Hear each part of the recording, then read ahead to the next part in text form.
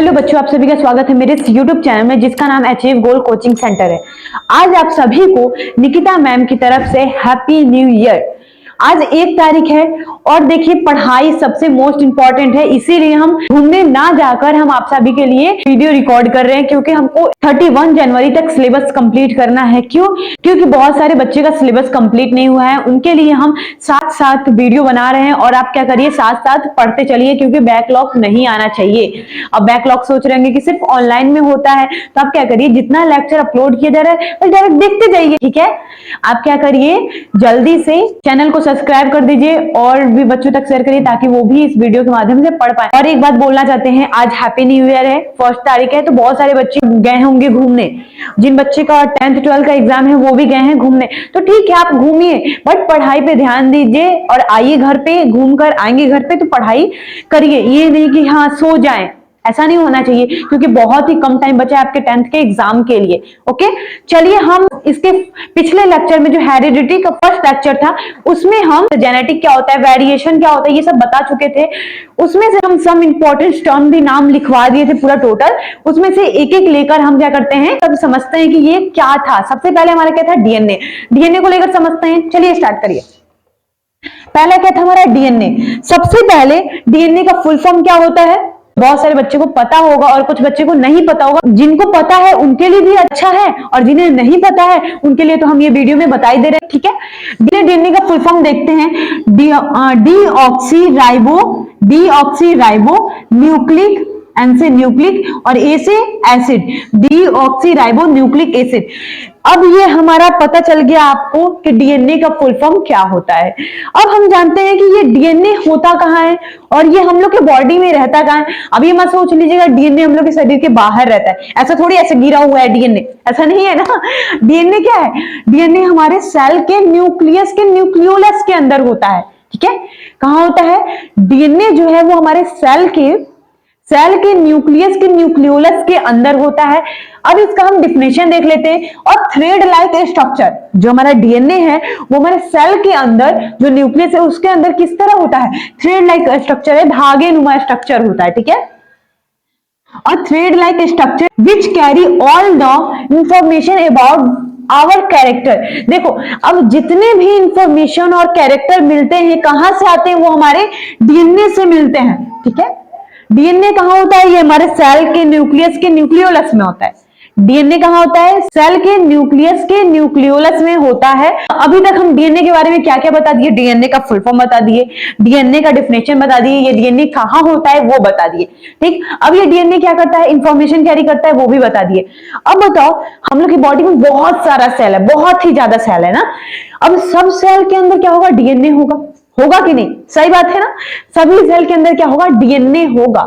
अब देखो ये डीएनए है, उसमें से एक सेल की बात करते हैं, हम लोग की बॉडी की सिर्फ एक सेल की बात करते हैं, ठीक है। एक सेल के अंदर डीएनए हमारा कितना होगा, कितने मीटर उसका लेंथ होगा, ठीक है। एक सेल के अंदर हमारा डीएनए कितना होता है, 2.2 मीटर लेंथ होता है इसका एक सेल के अंदर। ह्यूमन बॉडी के पूरे बॉडी में जितने सेल हैं उन सेल के अंदर डीएनए की बात की जाए तो कितने डीएनए हैं, 13.7 ट्रिलियन हमारा डीएनए होता है ऑल टू ऑल बॉडी में। अप्रोक्सीमेटली माना गया है कि हमारा डीएनए जो है वो 37 ट्रिलियन होता है हम लोग के बॉडी में, जो कि लगभग हमारे अर्थ से मून तक 6000 टाइम्स, 6000 टाइम्स क्या कर सकता है, वो राउंड कर सकता है, ठीक है। इतना बड़ा है हमारा डीएनए, ठीक है। समझ रहे हैं आप कितनी बार 6000 टाइम जाके वापस आ सकता है, इतना बड़ा डीएनए हम लोग के बॉडी के अंदर घूम रहा है, ठीक।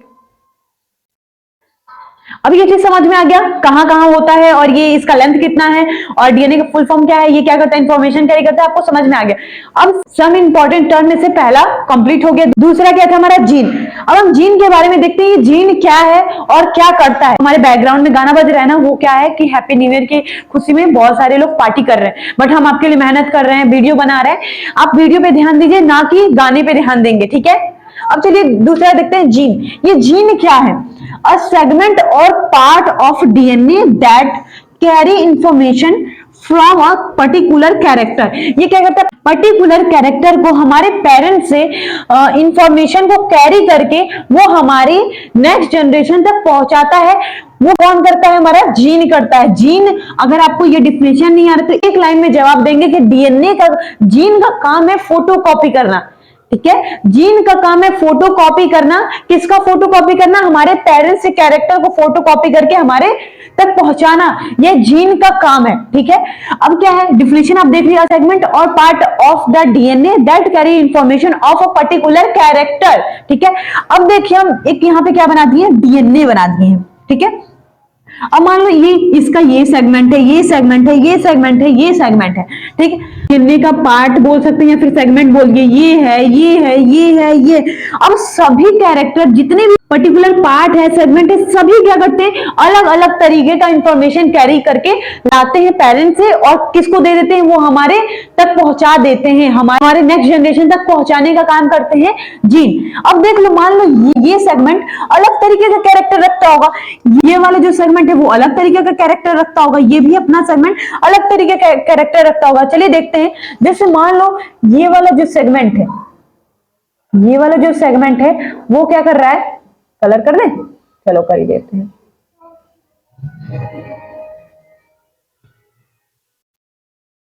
ये वाला जो सेगमेंट है वो क्या कर रहा है, हमारे पेरेंट्स से कौन सा कैरेक्टर ला रहा है,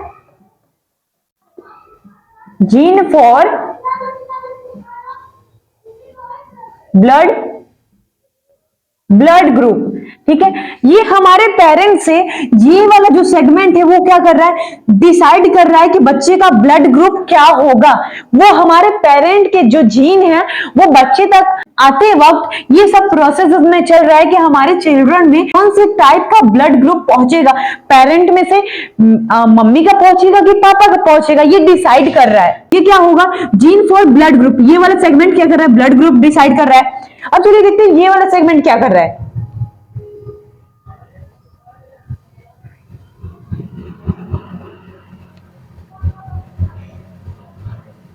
ये वाला जो सेगमेंट है, पार्ट है, ये क्या डिसाइड कर रहा है कि जो हमारे बच्चे में आई कलर आएंगे वो किस कलर का होगा। ये क्या हो सकता है, जीन फॉर आई कलर। ठीक है, ये क्या कर रहा है, आई कलर डिसाइड करेगा। मान लो ये वाला सेगमेंट नोज शेप को डिसाइड करता है, बच्चे का नोज कैसा होगा, ये हो सकता है ये डिसाइड कर ले पेरेंट्स से। मान लो ये वाला सेगमेंट डिसाइड कर ले कि बच्चे का स्किन कलर कैसा होगा, गोरा होगा, काला होगा कि मीडियम होगा। ये हमारे पेरेंट्स से इंफॉर्मेशन कैरी करके हमारे तक पहुंचाता है और ये कौन काम कर रहा है, हमारा जीन काम कर रहा है। और किसका पार्ट है हमारा जीन, डीएनए का एक पार्ट है और उसी से इंफॉर्मेशन कैरी करके ले जाता है।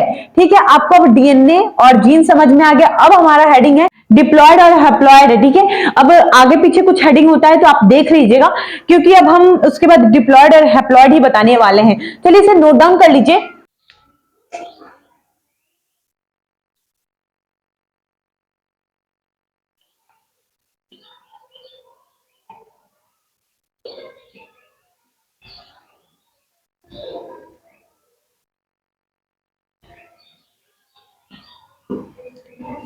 डिप्लॉयड क्या है,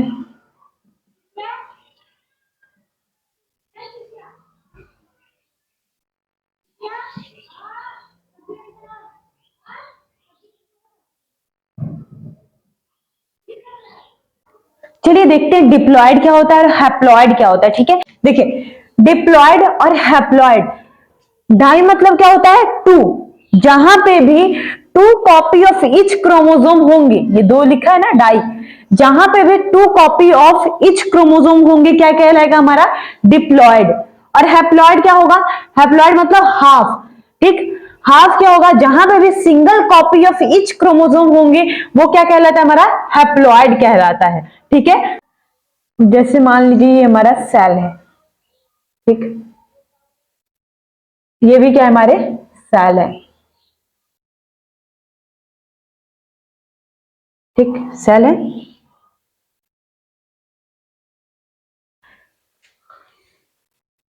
अब मान लीजिए इस सेल के अंदर जितने क्रोमोसोम में होंगे वो क्या होगा, पेयर में होगा। क्या होगा, पेयर में। जैसे मान लो ये 1 पेयर 2 पेयर, ये भी 1 1 सेम, इसका ही पीस है, ये दोनों सेम सेम होगा। अब दूसरा क्या है, मान लो ये वाला क्रोमोसोम और दूसरा जो क्रोमोसोम बनेगा वो भी सेम सेम, यानी ये भी दोनों पेयर में ही है। अब क्या होगा, मान लो अगला क्रोमोसोम जो होगा वो भी पेयर में होगा 3 3, यानी इसी तरह करते करते ये 23 पेयर में होते हैं। कितने होते हैं, 23 पेयर में होते हैं।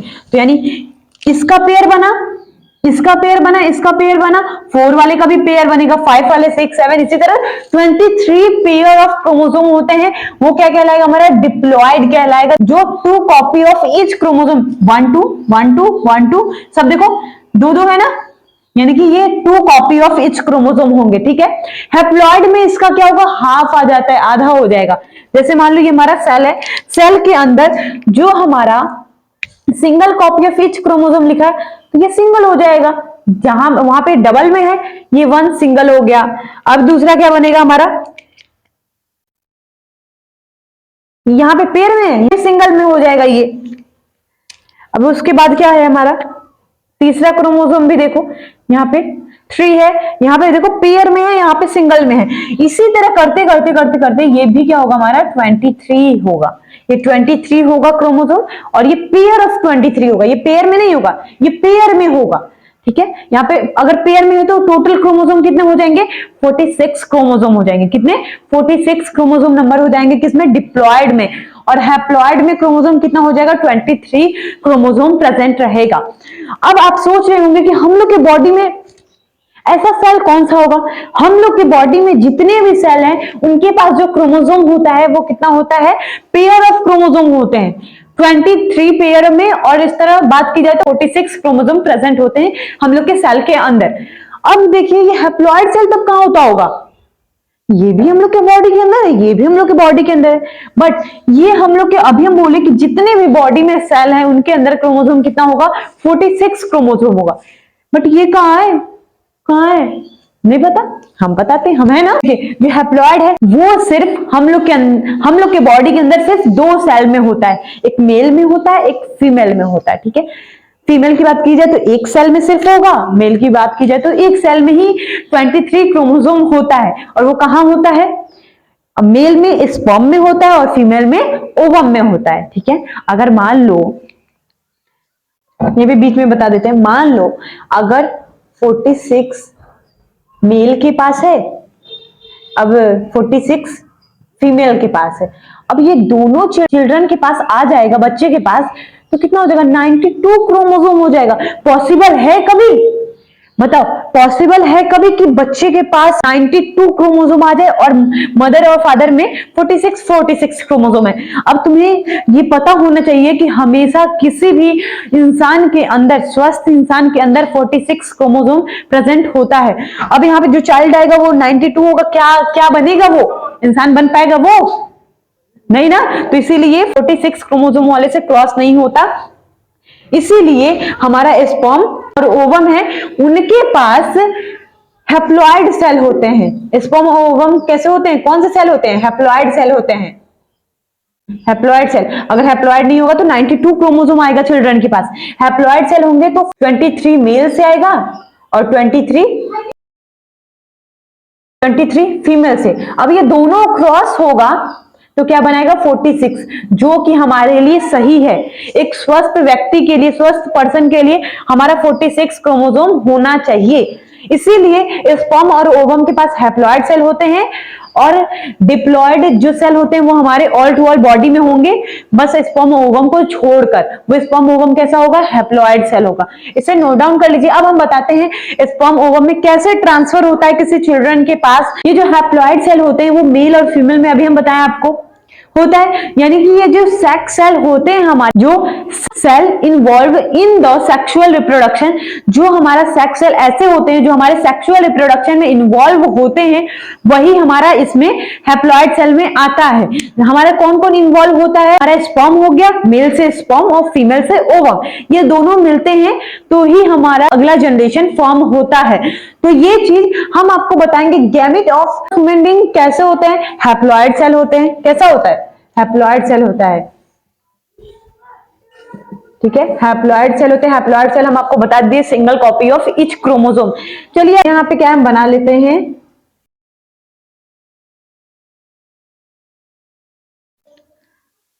अब ये देख लिए क्या है, हमारा स्पर्म है, स्पर्म, ये क्या है, ओवम,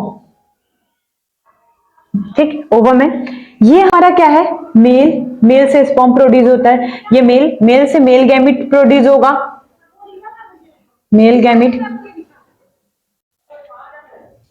अब इस मेल गैमिट से हमारा क्या प्रोड्यूस होता है, स्पर्म, स्पर्म प्रोड्यूस होता है। अब देखिए फीमेल से भी कुछ इसी तरह होता होगा, यहाँ पे क्या है, फीमेल, फीमेल से फीमेल गैमिट रिलीज होता होगा, फीमेल गैमिट। अब मुझे बताओ फीमेल गैमिट है क्या, फीमेल गैमिट होता है egg cell, egg cell, egg cell बोलो या फिर ओवम बोलो, एक ही बात है।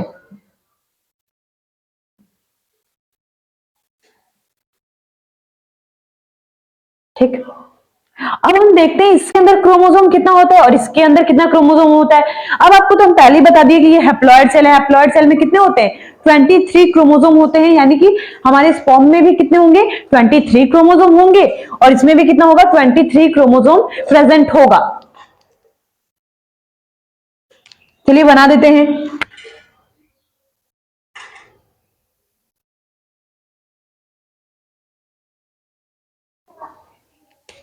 सब अलग अलग कलर से बना रहे तो आपको विजिबल होगा, नहीं तो आपको लगेगा कि पेयर में ही है।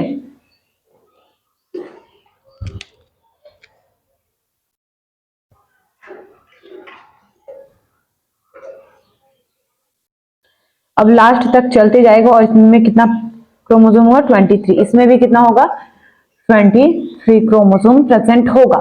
अब मान लो ये क्या हुआ, टोटल क्रोमोसोम नंबर कितना है यहाँ पे,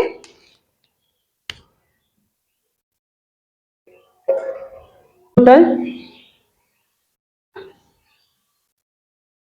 क्रोमोसोम नंबर कितना होगा, 23 क्रोमोसोम है यहाँ पे मेल में, फीमेल में भी कुछ इसी तरह होगा, यहाँ पे भी टोटल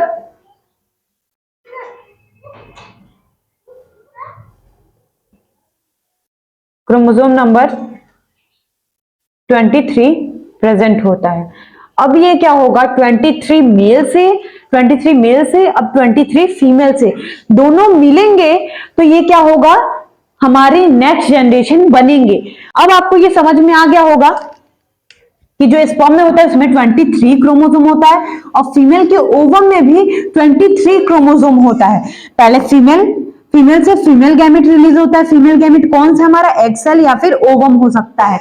मेल से मेल, मेल गैमेट रिलीज होगा, मेल गैमेट कौन सा है, स्पर्म। अब आपको पता चल गया स्पर्म में कितने क्रोमोसोम होते हैं, 23, और ओवम में कितने क्रोमोसोम होते हैं, 23। अब टोटल नंबर ऑफ क्रोमोसोम कितना है हमारा, मेल में 23 है और फीमेल में टोटल क्रोमोसोम नंबर कितना है हमारा, 23 है। अब हम आपको बताते हैं ये दोनों मिलते हैं तो हमारा क्या बनता है, ठीक है। अब इसे आप नोट डाउन कर लीजिए कॉपी में। आप सभी को पता है कि जब मेल से स्पर्म और ओवम मिलते हैं, मेल से स्पर्म और फीमेल से ओवम मिलते हैं तो क्या फॉर्म होता है, जाइगोट बनता है, ठीक है, जाइगोट का फॉर्मेशन होता है। अब यहां पे क्या था, टोटल, टोटल क्रोमोसोम नंबर कितना होता है, मेल में 23 होता है, फीमेल में भी कितना होता है, टोटल क्रोमोसोम नंबर 23, इधर फीमेल में भी और इधर मेल में भी 23 क्रोमोसोम नंबर प्रेजेंट होते हैं, मेल में भी और फीमेल में भी। अब देखिए इन दोनों से मिलकर जाइगोट बन रहा था हमारा। अब मान लो ये दोनों आपस में मिलेंगे तो क्या फॉर्म होगा हमारा,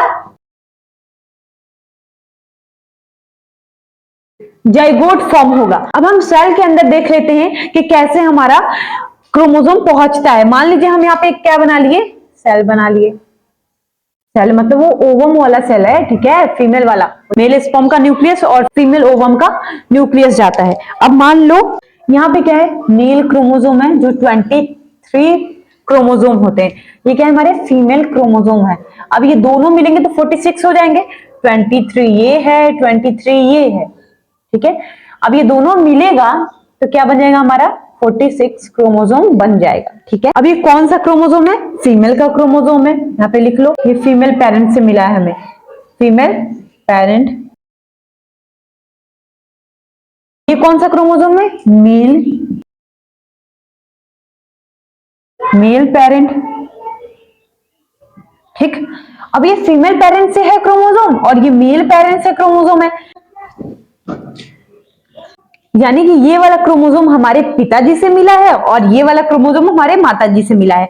मान लीजिए हम इसको इस तरह बोल सकते हैं, ये जो हमारे फीमेल है ये हमारी मदर हो सकती है, मदर, ठीक है। और ये हमारे फादर हो सकते हैं यानी पापा,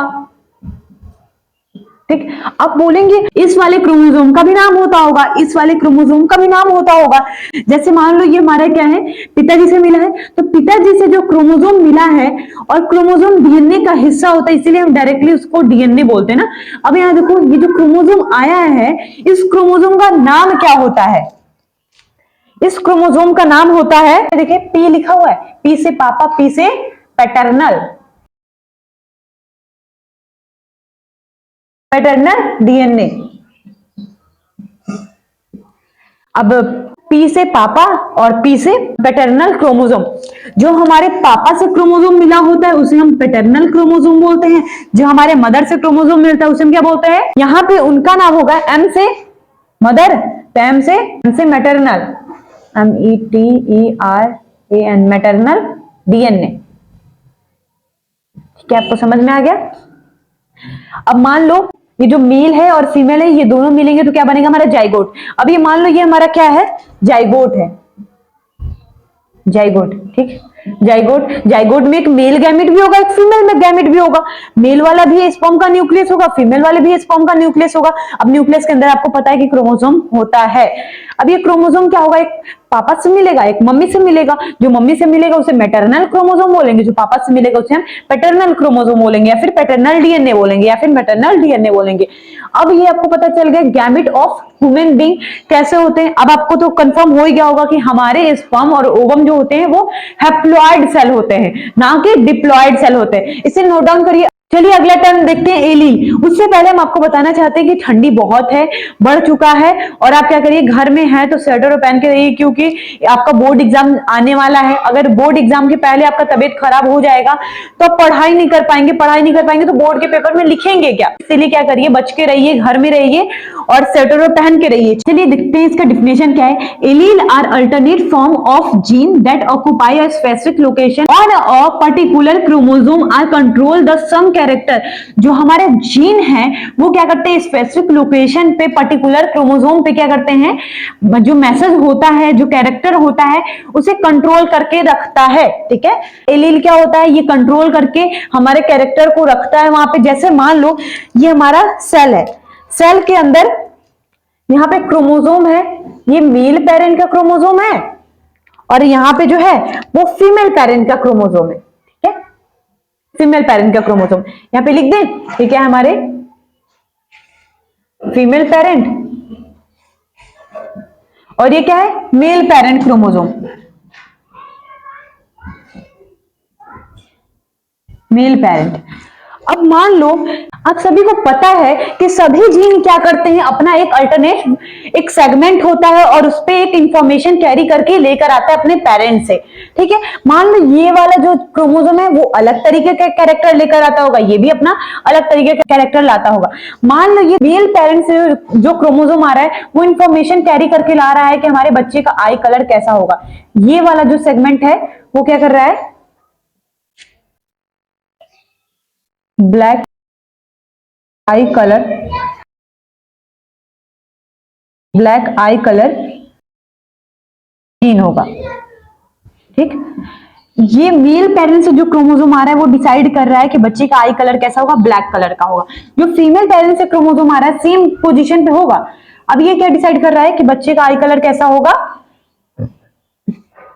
ब्लू कलर का होगा, ब्लू आई कलर जीन, ठीक है। अब मान लो इसमें से अब आप सोच रहे होंगे इसमें से कौन से बच्चे के आई कलर बनेंगे, दोनों से हमारे आई कलर मिल रहे हैं, पर कौन सा कैरेक्टर आगे आएगा, वो कैरेक्टर आगे आएगा जो डोमिनेंट कैरेक्टर होगा, कि जो हमारा डोमिनेंट कैरेक्टर होगा वो आगे आएगा, जो रिसेसिव कैरेक्टर होगा वो पीछे हो जाएगा। मैम आप क्या बोल रही है, ये डोमिनेंट रिसेसिव कहां से आ गया? अब समझाएंगे इसके आगे वाले टॉपिक पे। पहले उससे पहले आप समझ लीजिए, बी है ना यहाँ पे ब्लैक कलर का, तो यानी ये कैपिटल बी से इसको डिनोट करते हैं। मान लो ये ब्लू है तो इसको स्मॉल बी से डिनोट करते हैं। मान लो इस पेरेंट से हमें कैरेक्टर मिल रहा है ब्लैक कलर का आई का, इस वाले जीन से हमें कैरेक्टर मिल रहा है कि ब्लू कलर का आई बनेगा, यानी कि इसमें से डोमिनेंट कौन है? डोमिनेंट तो बी वाला है, कैपिटल बी वाला है, यानी कि बच्चे में जो आई कलर आएगा वो ब्लैक कलर का होगा। डोमिनेंट कैरेक्टर हमारा क्या है? कैपिटल वाला, और स्मॉल वाला क्या है? Blue colour. यानी कि जो हमारा अल्टरनेट वेरिएशन, मेरे पास ऑप्शन तो है, मेरे पास बहुत सारा ऑप्शन है, बस चूज क्या करेगा जो तुम्हें अच्छा लगेगा। उसी तरह यहाँ पे भी इसके पास भी बहुत वैरायटी है, अल्टरनेट फॉर्म है, बट उसमें से वही कैरेक्टर चूज करेगा जो उसे अच्छा लगेगा, उसे हम बोलते हैं एलील बोलते हैं। एक और एग्जांपल ले लेते हैं, अगर मान लो तुम्हारे पास कपड़े का, ये तो आपको पक्का समझ में आ जाएगा, मान लीजिए आपके पास कपड़े का बहुत सारा कलेक्शन है, ठीक है, अब आपको शादी में जाना है, तो आप ऐसा थोड़ी होता है बेकार फटा वाला कपड़ा पहन के चले जाएं, ऐसा नहीं है जिसमें गंदा लगाओ, ये सब थोड़ी पहन के जाते, वही कपड़ा पहन के जाते जो दूसरे के सामने हमें इनहेंस कर सके, ठीक है, जो हमें अट्रैक्टिव फील कराए, जो मुझे अच्छा लगे, वही कपड़ा पहन के जाते। ऐसा थोड़ी है कि जो बेकार कपड़ा उसे पहनकर चले जाए। कलेक्शन तो है बट पहन के क्या जा रहा है? जो हमें दूसरे के सामने इनहेंस करा रहा है। उसी तरह इसके पास भी बहुत सारा ऑप्शन है, बट उसको इनहेंस किस तरह करा रहा है? ब्लैक वाले में डोमिनेंस कैरेक्टर दिया, यानी कि इसके पास अच्छा वाला ऑप्शन क्या था? ब्लैक वाला था, तो इसीलिए ये क्या कर लेता है? इस ब्लैक कलर को चूज कर लेता है। यही हमारा क्या होता है? एलील होता है। इसके पास अल्टरनेट वेरिएशन है और चूज कर लेता है इन दोनों में से कैरेक्टर को, वही क्या कहलाता है? एलील कहलाता है। ये आपको समझ में आ गया, इसे नोट डाउन कर लीजिएगा। अब इसके बाद वाले जो टर्म है, कुछ टर्म छूटे हुए हैं, उसको हम नेक्स्ट लेक्चर में डिस्कस करेंगे। आप क्या करिए, यहां तक पढ़ लीजिए, थोड़ा थोड़ा ही करके पढ़ा रहे हैं क्योंकि आपको समझ में आना चाहिए। अगर मान लो 1-1.5 घंटे का वीडियो बना दे, आपको समझ में ही ना आए, बच्चे बोर हो जाते हैं ना कि हाँ 1 घंटे 1.5 घंटे बैठ के हम पढ़ ले। अभी तुम लोग बच्चे हो, क्लास 10th में हो, ठीक है, इसीलिए आप क्या करिए, आप थोड़ा थोड़ा करके पढ़िए और अच्छे से समझिए। और आप चिंता मत करिए, 31 जनवरी तक हम आप पूरा सिलेबस कंप्लीट कर देंगे बायोलॉजी का और केमिस्ट्री का, ठीक है। ये आप नोट डाउन कर लीजिएगा। और क्या करना है आपको पता होगा, चैनल को सब्सक्राइब करना है, वीडियो को लाइक करना है और इस वीडियो को दूसरे बच्चों तक भी शेयर करना है ताकि वो भी इस वीडियो के माध्यम से पढ़ पाए।